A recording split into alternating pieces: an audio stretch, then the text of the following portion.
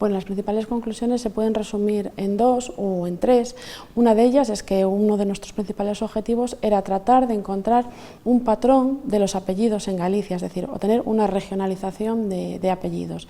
Y luego el segundo objetivo era tratar de estudiar desde el punto de vista espacial y temporal a la vez, pues la evolución de los apellidos. Y a mayores, como tercer objetivo, pues era meter todo esto pues, o ensamblarlo en un código, ¿no? Y esto fue lo que hicimos en un paquete de R que se llama Onomastic Diversity. Entonces cualquiera lo puede utilizar, puede reproducir mis resultados o puede aplicarlo a otros datos que ellos tengan de geolingüística. Bueno, por una parte, para los datos de Galicia lo que hemos concluido es que el patrón de regionalización de los apellidos de Galicia es que en Galicia nos agrupamos, por decirlo de alguna manera, pues de una forma parecida a cómo se agrupan las actuales diócesis que tenemos en Galicia. Esta conclusión pues no era la que nosotros esperábamos inicialmente, porque nosotros lo que queríamos era relacionarlo con la lengua gallega, ¿no? Y entonces queríamos que este patrón de apellidos pues se pareciera de alguna manera a la actual división dialectal de las variedades dialectales que hay en el gallego. Pero bueno, tampoco supone ningún fracaso, ni mucho menos. Hay otros autores en otros lugares europeos, ¿no?, que también les pasa lo mismo, ¿no? Entonces, bueno, dijimos, vamos a ver qué pasa, por ejemplo, en la comunidad autónoma vecina. Y justamente los apellidos asturianos, pues sí que tienen este patrón. Y entonces dijimos, bueno, pues vamos a probar con el catalán, ¿no?, porque también es otra lengua de España. Y entonces cogimos la zona de habla catalán, es decir, Cataluña, la Comunidad Valenciana y las Islas Baleares, y entonces también vimos la regionalización de los apellidos en esa zona y lo comparamos con las variedades dialectales del catalán, y entonces vimos que también se asemejaban bastante. Respecto al del otro objetivo, pues simplemente se trata de ir cogiendo un apellido en particular, ¿vale?, y ir analizando cómo se distribuye de forma espacial y también cómo se va distribuyendo a lo largo del tiempo, es decir, para estudiar pues, los movimientos de los apellidos.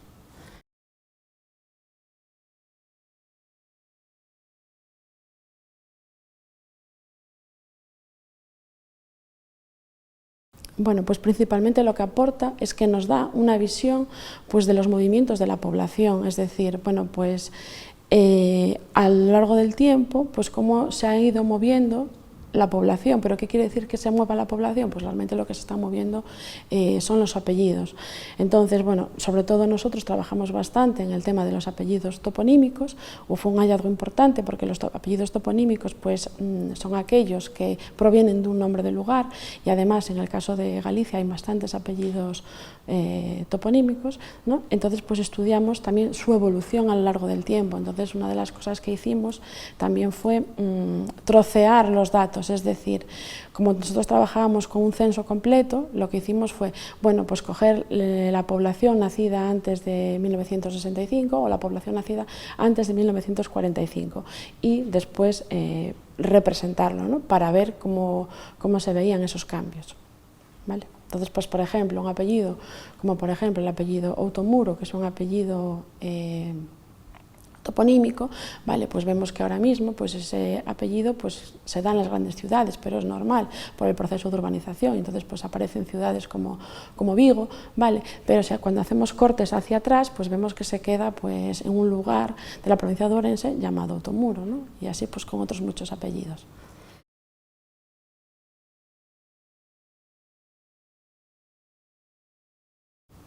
Bueno, las herramientas de visualización, pues principalmente sirven de apoyo, ¿vale? Pues para ilustrar todo lo que hemos hecho, es decir, bueno, pues por detrás hay una cantidad de matemática bastante importante, pero como que la visualización pues, nos sirve pues, para mostrar o para ejemplificar los resultados.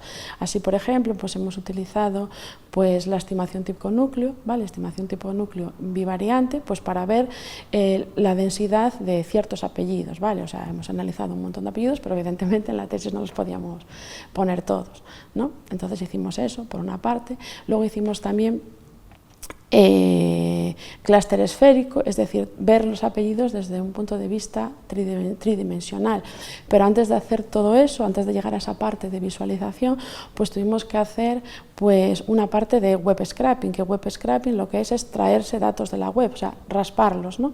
Y entonces ahí pues lo que hicimos fue nosotros sabemos, por una parte, que la gran clasificación de los apellidos, que son los apellidos patronímicos, toponímicos y apelativos, que ya los define la autora Ana Bullón Agrelo, por ejemplo, pues los patronímicos son aquellos que acaban en EZ. Bueno, no simplemente en EZ, puede ser OZ, UZ, etcétera, ¿vale? Y que significa hijo de, y que esto no es propio ni del gallego ni del castellano, que también se da en otras lenguas, pues como el alemán o el inglés, etcétera. Entonces, bueno, pues era como fácil, vamos a buscar en la base de datos qué apellidos tienen este patrón, pero efectivamente no todos los que acaben en EZ son patronímicos, es decir, hay otros, ¿no? Como por ejemplo el apellido Vicente, no acaba en EZ, no es Vicentez, y también es patronímico. Vale, luego están los toponímicos que te decía antes, ¿no? Que son los que derivan de un nombre del lugar, que en Galicia hay muchísimos. Y luego está, por último, grupo, que son los apelativos, que son aquellos que están relacionados pues, con las características físicas o psíquicas de las personas en que los lleva. Es decir, pues una persona que lleve el apellido Moreno, ¿no? Cuando es la primera vez que se impuso de alguna manera este apellido, lo que quiere decir es que la persona que lo porta pues, tiene el color de la piel pues, oscura o tez oscura, ¿no? O igual pues, el apellido blanco. Vale, pero esto es algo que se ve con los ojos, ¿no? Pero luego también hay cosas que son intrínsecas, como por ejemplo el apellido Bueno, pues es una persona que es bondadosa, o el apellido Gallardo, de alguien que sea elegante, etcétera. Vale, entonces dirás tú, vale, y con todo esto, ¿cómo hicimos lo del web scraping? Bueno, pues por una parte, los apellidos que te decía antes, los patronímicos, bueno, pues con lo del EZ y un poco más, podíamos llegar a saber cuáles eran esos. Los toponímicos, pues de alguna manera, gracias al nomenclator, que es la base de datos que hay, donde están todos los nombres del lugar, de los lugares, perdón, que hay en una región o una comunidad, ¿vale? Pues también fue fácil, haciendo un matching, más o menos, pues vas encontrando. Vale, y ahora te quedan todos esos que te decía que tienen que ver con las características de las personas, y dices, claro, buscar en la base de datos es un poco difícil, andar buscando adjetivos o nombres que tengan que ver con eso. Entonces ahí lo que se nos ocurrió pues fue hacer web scraping. ¿Y web scraping de qué?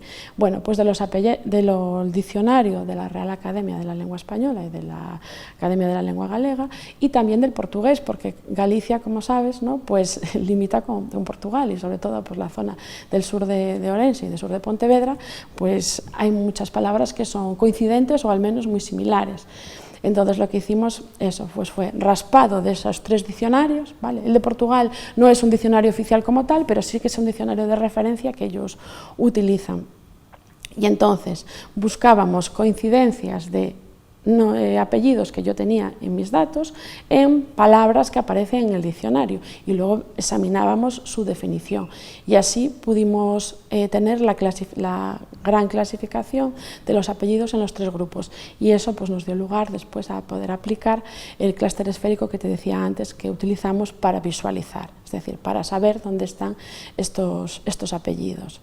Luego también utilizamos metodología bayesiana, utilizando INLA, por ejemplo, que realmente no son, no son herramientas de visualización propiamente dicha en sí, sino que son herramientas de estadística avanzada, pero que sirven para después visualizar los resultados. Entonces, pues así es cuando nosotros podemos pintar en un mapa pues la evolución de un apellido desde el punto de vista temporal, y también pues podemos saber cuál es la probabilidad, ¿vale?, de padecer un apellido, de padecer con el sentido de como padecer una enfermedad, ¿vale? Pues aquí simplemente utilizando esta metodología bayesiana de los apellidos, pues podemos saber esas zonas.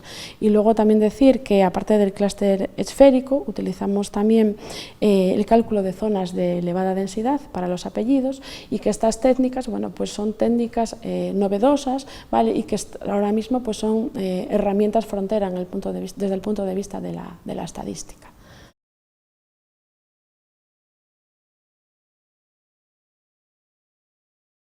Bueno, pues ha aportado bastantes cosas. Primero, pues que ellos nos han proporcionado un montón de datos, ¿no? O sea, los datos onomásticos pues los cogimos o nos los cedieron en el Instituto Galego de Estadística, ¿vale?, a nivel nacional, el Instituto Nacional de Estadística, y los datos de Asturias nos los cedió SADEI, ¿vale? Pero el ILGA lo que nos proporcionó pues fueron los datos del ALGA, que es el Atlas Lingüístico del Gallego. Como te decía al principio, nuestro principal objetivo inicialmente, ¿no?, era tratar de relacionar a los apellidos con la división de las variedades dialectales del gallego. Entonces ellos nos han proporcionado esos datos. Entonces, a través de herramientas de estadística no paramétrica hemos realizado un estudio de simulación en profundidad pues para ver esas conexiones entre las dos fuentes de datos, así como cálculo de distancias onomásticas y para ver si había relación o no entre una fuente de datos o si había relación entre una fuente de datos u otra. Vale, es lo que te decía al principio, pues que no llegábamos a esa conclusión, pero que tampoco pasa nada. Por otra parte, ¿no?, recuerda que yo soy matemática, entonces quería buscar una solución a un problema que podían tener la gente de lingüística o de onomástica. Entonces, pues la colaboración con ellos ha sido fundamental, porque de alguna manera ellos han validado, ¿no?, pues todo lo que yo iba haciendo.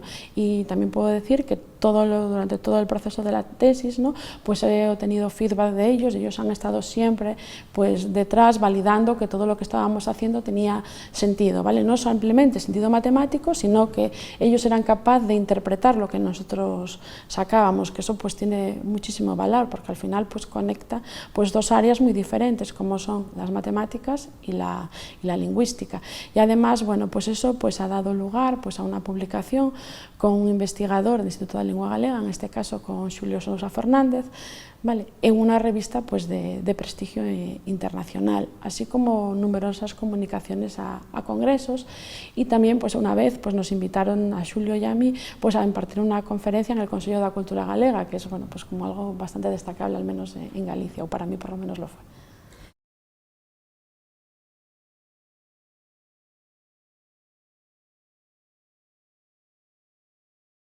Bueno, efectivamente, lo que nosotros hicimos, o parte de lo que nosotros hicimos, lo empaquetamos en un paquete de código abierto en R, como bien dices, para que cualquier persona que esté interesada en hacer algo parecido a lo que yo hice, pues simplemente coja ese paquete y lo ejecute sobre sus datos, porque ese paquete pues ya están los métodos validados, como te decía antes, nosotros ya hemos validado con herramientas de simulación que esos métodos que están ahí implementados funcionan bien en datos onomásticos. Entonces pues cualquiera los podría utilizar, bien para replicar los resultados de mi tesis o bien para para hacer en sus datos.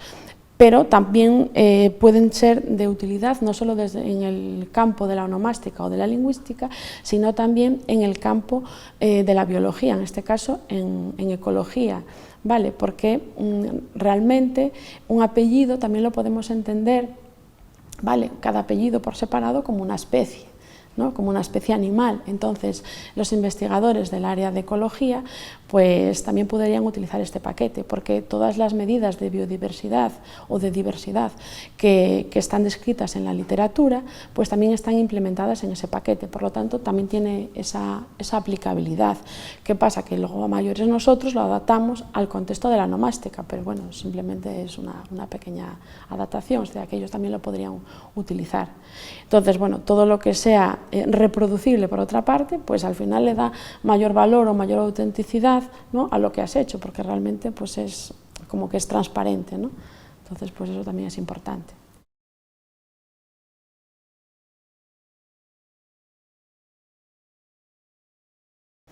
Bueno, la estadística, las humanidades, fundamentalmente lo que aporta es pues darle una explicación quizás a los datos, ¿no?, que a lo mejor en los métodos tradicionales que los lingüistas o la gente de onomástica puede utilizar, pues no es capaz de llegar, ¿vale? Y en cambio, pues esa transversalidad que tiene fundamentalmente la estadística y la investigación operativa, pues le da ese plus. A mí, ¿qué es lo que me aporta? Bueno, a mí me aporta que los resultados a los que yo he llegado, que cobran sentido, es decir, que los lingüistas le han sabido dar valor, y eso es lo más importante. Y sobre todo también pues que me abre también pues colaboraciones con otras personas, es decir, en este caso con gente del Instituto de Lengua Galega, pero con otras universidades o con otros países.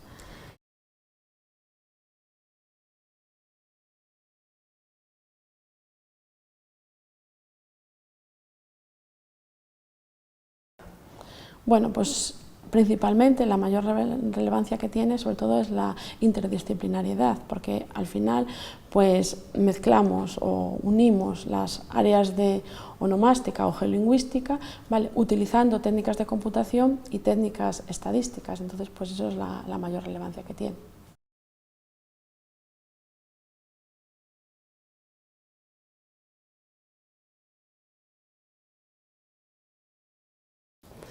Bueno, pues la importancia, por una parte, está que, como decía antes, ¿no?, la onomástica o los investigadores en onomástica, pues de alguna manera podían utilizar pues metodología tradicional, y al combinar con esta metodología avanzada o metodología de frontera, pues le da pues mayor alcance a sus estudios, ¿no? Y luego, por otra parte, que tenemos un montón de información literaria, cultural, ¿no?, obras que de alguna manera, una vez que están digitalizadas, ¿no?, pues ganan muchísimo más valor. Por ejemplo, recuerda cuando fue la época de la pandemia, que incluso que estábamos encerrados en casa, que estábamos aburridos, que no sabíamos incluso ni qué hacer, ¿no? Incluso pues muchos museos pues abrieron sus puertas, ¿no?, desde el punto de vista digital, y eso es muy enriquecedor para la sociedad. Es decir, es poner todo ese conocimiento en humanidades, pero al servicio de la sociedad, y simplemente pues de la mano de otras herramientas como son la estadística o la computación.